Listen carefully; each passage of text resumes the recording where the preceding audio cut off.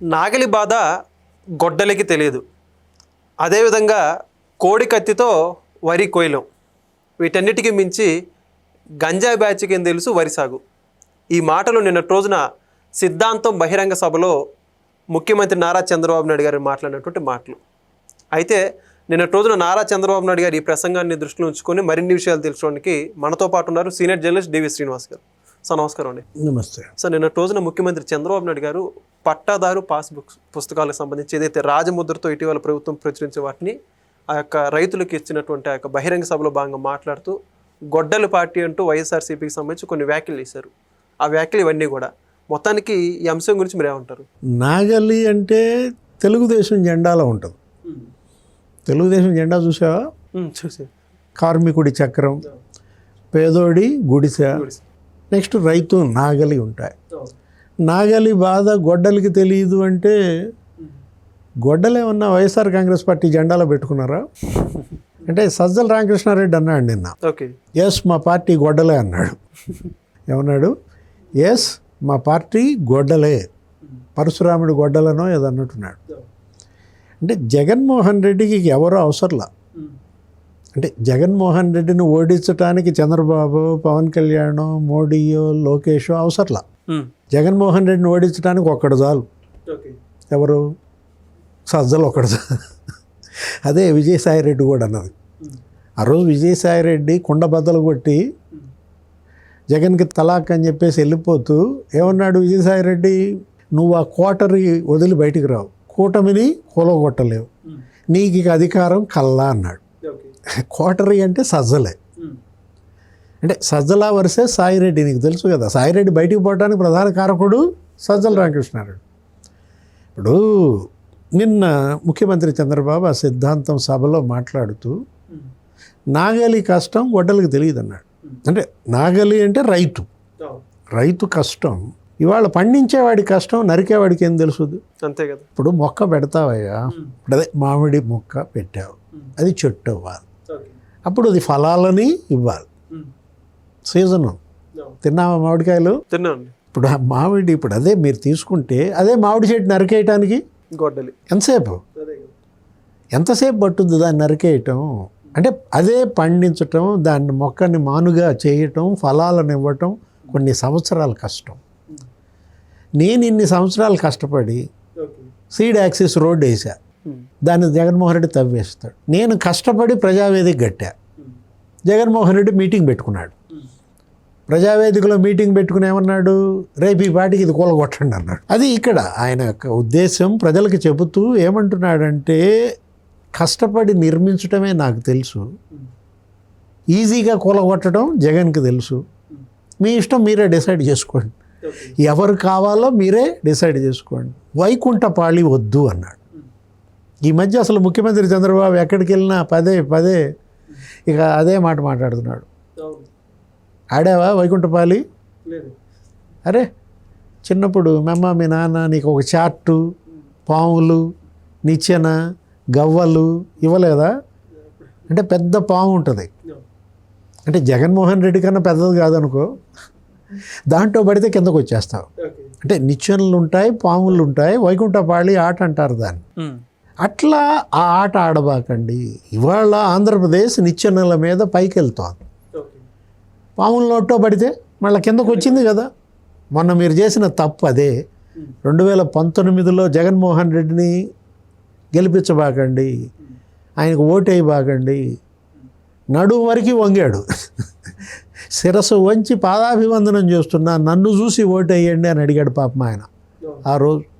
ఆ రోజు అదే చంద్రబాబుని గెలిపించుంటే, జగన్ను సీఎంని చేయకుండా ఉంటే అమరావతి అయిపోయేదా? పోలవరం అయిపోయేదా? అసలు ఈ పార్టీకి ఆ ఫలితాలు కూడా మనం పొందేవాళ్ళం. అంటే ఇవాళ మనం చేసిన ఒక్క తప్పు, ఒక్క ఛాన్స్ అని అతను ప్రజల్ని నమ్మించి ముఖ్యమంత్రి అయిన ఆ తప్పు మరి ఆంధ్రప్రదేశ్ 30 ఏళ్ళు వెనక్కి వెళ్ళిందని. అంటే ఇవాళ ఒకటి, ఏ ముఖ్యమంత్రి అయినా మొక్కలు పెట్టిన ముఖ్యమంత్రిని చూసావు కానీ చెట్లు కొట్టేసిన ముఖ్యమంత్రిని చూసా? చూడలేదు. మనం ఎంతమంది ముఖ్యమంత్రులను చూసాం? చాలామంది ముఖ్యమంత్రులను చూసాం. ఇప్పుడు నేను ఒక 10-12 మంది ముఖ్యమంత్రులను చూశాను. ఇప్పుడు ఒక 16 మంది ఏమయ్యారు ఆంధ్రప్రదేశ్కి ముఖ్యమంత్రులుగా. అట్లాంటిది మరి కార్తీక మాసం వచ్చిందనుకో, వన మహోత్సవం, మొక్కలు పెడతారు. ఓకే. అంటే ఇప్పుడు అసలు నిన్న డిప్యూటీ సీఎం చూసావా, సీడ్ బాల్స్ తయారు చేస్తున్నాడు. ఆయనే సీడ్ బాల్స్, ఆడపిల్లలు మరి స్టూడెంట్స్ అందరిని పెట్టుకుని సీడ్ బాల్స్. అంటే మొక్కలు నాటే పాలకులు చూసావు, కానీ పర్యటనకు వస్తే చెట్లు కొట్టేయటం ఇద్దరు మగడ. ఇప్పుడు మా స్కూల్లో నేను చదువుకున్న బడిలో గోడ మీద పైన ఏమని రాసి ఉంటుందో చెప్పనా, అశోకుడు మొక్కలు నాటించాను. ఇప్పుడు నా మనవడు స్కూల్కి వెళ్తాడు అనుకో, వాడు చదివే బడిలో ఏం రాపించమంటావు గోడ మీద, జగన్మోహన్ రెడ్డి చెట్లు నరికించాను అని రాయమంటావా? అంటే ఏంటంటే గొడ్డలి వర్సెస్ నాగలి అంటే చెప్తున్నాను అనమాట. వాళ్ళ ఏది అభివృద్ధి పాలిట ఒక గొడ్డలిగా జగన్మోహన్ రెడ్డి, సంక్షేమం పాలిట ఒక గొడ్డలిగా వైఎస్ఆర్ కాంగ్రెస్ పార్టీ. దగ్గర దగ్గర ఒక 100 స్కీములు రద్దు చేశాడు.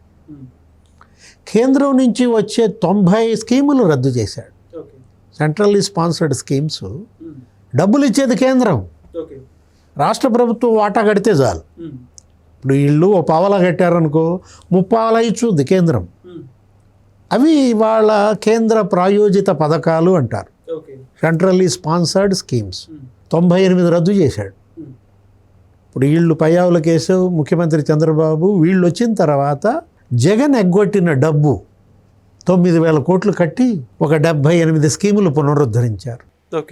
ఇది కష్టం, ఇది నాగలి, అది రద్దు, అది గొడ్డలి. ఇప్పుడు జగన్మోహన్ రెడ్డి ముఖ్యమంత్రి కాగానే చేసిన పని అదే, ప్రజావేదిక కూల్చేస్తా అది తీసేసాయి, అన్నా క్యాంటీన్లు మూసేశాడు. ఎవరన్నా మూసేస్తారో చెప్పు? అన్నం పెట్టేది. ఇప్పుడు అన్నం పెట్టే చేతిని కాటేయటం పాము చేసే పనేగా, అంతే కదా. ఇప్పుడు అన్నా క్యాంటీన్లు మూసేయటం అనేది అసలు నిజంగా ఎవరు, ఒక ముఖ్యమంత్రి అనేవాడు, ఒక పాలకుడు అనేవాడు పేదల పొట్ట కొడతారా? ఇప్పుడు స్టాలిన్ కూడా ఉన్నాడు అక్కడ తమిళనాడులో, మనం చూసాం. జయలలిత అమ్మ క్యాంటీన్లు ఉండేవి, స్టాలిన్ ఏం చేశాడు, రైట్ అమ్మ క్యాంటీన్లు అవి కంటిన్యూ కావాల్సిందే అన్నాడు. జగన్మోహన్ రెడ్డి అన్నా క్యాంటీన్లు మూసేశాడు. నేను అంటోంది అదే, ఏది ఇవాళ పేదల పాలిట గొడ్డలు జగన్మోహన్ రెడ్డి, పారిశ్రామికవేత్తల పాలిట గొడ్డలికి నేను చెప్పవసరలా. అదేంటి, అమర్ రాజా బ్యాటరీని అడిగితే చెబుతారు, ఆ గల్లా కుటుంబం గొడ్డలా కాదా? ఆయనే చెప్పాడు, సజ్జలే చెప్పాడు, అది కూడా ఎస్ మాది గొడ్డల పార్టీ అన్నట్టుగానే. అప్పుడు ఏమని చెప్పాడు సజ్జల, ఎస్ మేమే తరిమేశామన్నాడు. నేను అంటోంది అదే, జగన్ ఏమో జనంపై పగబట్టాడు, సజ్జలేమో జగన్ మీద పగబట్టాడా? ఇప్పుడు నువ్వు తరిమేశావు, ఎస్ మేమే తరిమేశామని ఒప్పుకుంటావా? నేను అంటోంది అదే. అరే చంద్రబాబు 100 స్టార్టప్లు పెట్టాడు, అసలు దాని పేరే స్టార్టప్ విలేజ్ విశాఖపట్నంలో. మెట్టెక్ జోన్ పెట్టాడు, ఫ్రాంక్లిన్ టెంపుల్టన్ తెచ్చాడు, ఫార్చ్యూన్ 500 కంపెనీ అది, లులు పెట్టారు, అన్నిటినీ తరిమేశాడు, మూసేశాడు, పాడు పెట్టాడు. ఏది ఆ స్టార్టప్ విలేజ్ని అయితే. నేను ఇప్పుడు జాకీ ఆడెవడో ఎమ్మెల్యే 40 కోట్లు అడిగాడంట, వాళ్ళు టారెత్తిపోయారు, పారిపోయారు. జగన్మోహన్ రెడ్డి ఏమో తరిమేయటం, జగన్ వెంటనే బుట్ట ఒకటి పెట్టుకుని జల్లల్లే కేటీఆర్ ఆ తరిమేసినవన్నీ జల్లలో వేసుకుని శుభ్రంగా తెలంగాణలో పెట్టుకున్నాడు. ఇప్పుడు అమర్ రాజా మహబూబ్ నగర్లో పెట్టన్నాడు, 10,000 కోట్లు. నేను అంటోంది అదే, ఏది 10,000 కోట్లు ఇవాళ చిత్తూరు కోల్పోయింది, 10,000 మందికి ఉపాధి కోల్పోయింది. ఆ జాకీ తీసుకుపోయి ములుగులో పెట్టుకున్నాడు. అంటే నేను అంటోంది ఏంటంటే, పారిశ్రామికవేత్తల పాలిట గొడ్డలి, రైతుల పాలిట గొడ్డలి.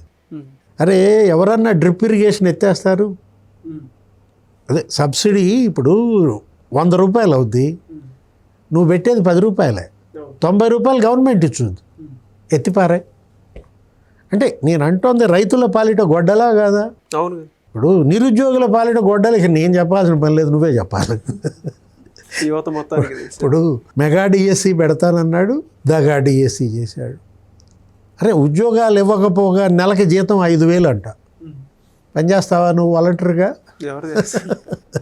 అంటే వాలంటీర్లను పెట్టావు కదా, పోనీ పెట్టినాడు రెన్యువల్ చేసావా?